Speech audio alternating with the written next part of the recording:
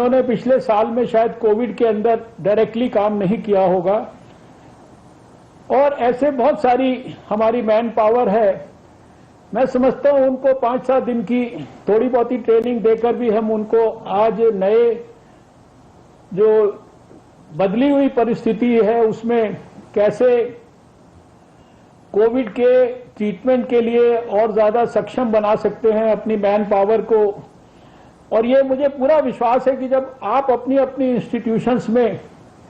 पूरी जिम्मेदारी के साथ इस काम को आगे बढ़ाएंगे, तो क्योंकि आपकी तरफ सब लोग देख रहे हैं, बाकी जो मेडिकल इंफ्रास्ट्रक्चर है, बाकी डिस्ट्रिक्ट्स का, दूसरे स्थानों का जहां ये एम्स हैं, वहां के सभी अधिकारी भी जो है वो एम्स की तरफ देखते हैं। लोगों की भी जो एक्सपेक्टेशन है, लोगों की भी जो दौड़ है वो एम्स की तरफ ज्यादा होती है। एम्स से लोग गाइडेंस भी लेना चाहते हैं,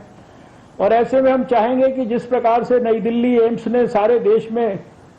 1 साल तक टेली कंसल्टेशन के माध्यम से देश के डॉक्टरों को लगातार गाइडेंस दिया, टेली मेडिसिन को हमने स्ट्रेंथन किया, लाखों लोगों को गाइडेंस मिला, वो सारी प्रक्रियाएं तेज होनी चाहिए। क्योंकि अभी इस बार के 2 महीने में एक बात ध्यान में आ रही है कि बहुत लोगों को जितनी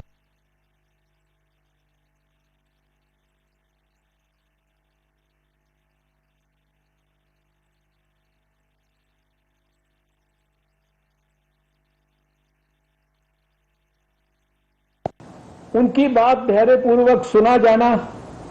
उनको सही ढंग से ये बताया जाना कि आपको इस समय किस चीज की जरूरत है। आपको अगर हम मान लीजिए अस्पताल में आपको रहने की जरूरत नहीं है तो भी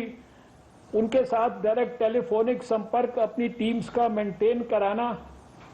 यानी नए नए हमारे पास और भी बहुत सारे जो हमने 1 साल में हमने किया, ओवर एंड अबव दैट बहुत सारे और नए इनोवेटिव आइडियाज को विकसित करके, जैसे हम पिछली 2020 की चुनौती को सफलतापूर्वक हम उसको ओवरकम कर पाए। मुझे पूरा विश्वास है कि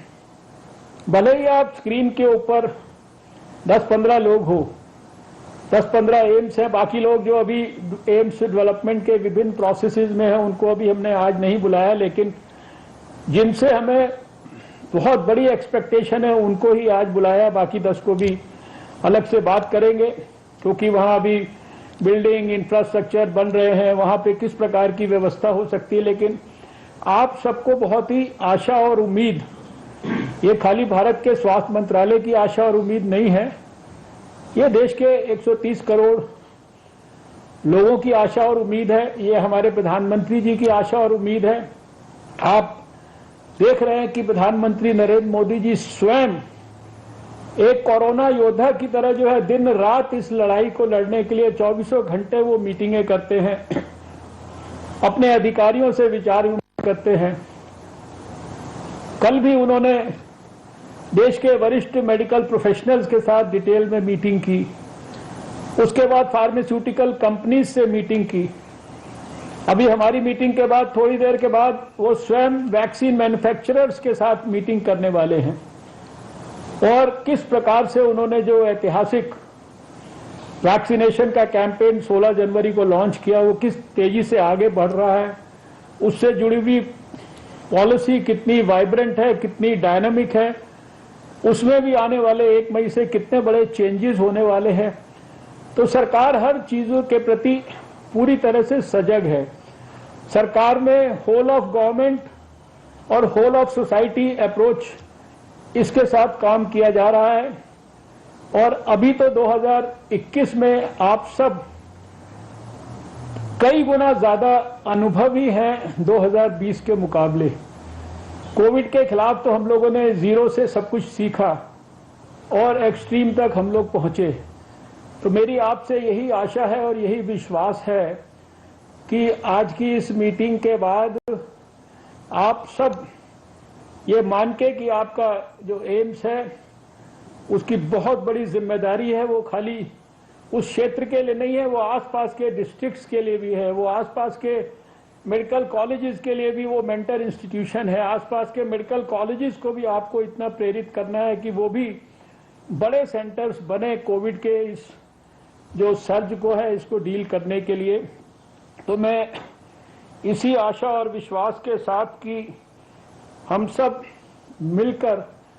नई ऊर्जा और नए मन में संकल्प को लेकर आज यहां से जाएंगे। अभी हमारे जो ऑफिसर हैं यहाँ पर सभी लोग हैं, हमारे हेल्थ सेक्रेटरी हैं, डायरेक्टर जनरल हेल्थ सर्विसेज हैं, एडिशनल सेक्रेटरी हैं, संबंधित जो है secretary, joint secretary, additional secretary, सब लोग हैं जो एम्स को डील करते हैं। वो आपके सामने प्रेजेंटेशन भी एक बहुत ब्रीफ प्रेजेंटेशन रखेंगे और उसके बाद फिर आपसे बातचीत करके हम लोग जो है इस संदर्भ में आज कुछ नया निर्णय करके जाएंगे। जैसा कि 14 तारीख को आपको पत्र में भी लिखा गया है, हर रोज how much we improved over the previous day in terms of everything on all accounts. जो हमारे प्रति जिम्मेदारी एक्सपेक्टेड है वो आप लगातार हेल्थ मिनिस्ट्री को फीडबैक देते रहेंगे और हमारे लिए आप सब लोग उस क्षेत्र के अंदर हमारे आंख और कान हैं, वहां से फीडबैक्स जो आप हमें देंगे अपनी इंस्टीट्यूशन के बारे में भी और वहां के आसपास के स्टेट की परिस्थिति के बारे में, वो हमें हमारे यहाँ पर पॉलिसी के अंदर जो भी संबंधित चेंजेस है उसको करने में, इम्प्रूवमेंट्स करने में, रिफॉर्म्स करने में और भी ज़्यादा सहायता मिलेगी। आप सबकी को बहुत सारी शुभकामनाएं। और इसके साथ साथ थोड़ा वैक्सीनेशन के बारे में भी एक लाइन ये कहूँगा कि वैक्सीनेशन की प्रक्रिया जो है वो उसको और ज़्यादा डायनामिक तरीके से आप अपनी इंस्टीट्यूशंस के अंदर उसको स्ट्रेंथन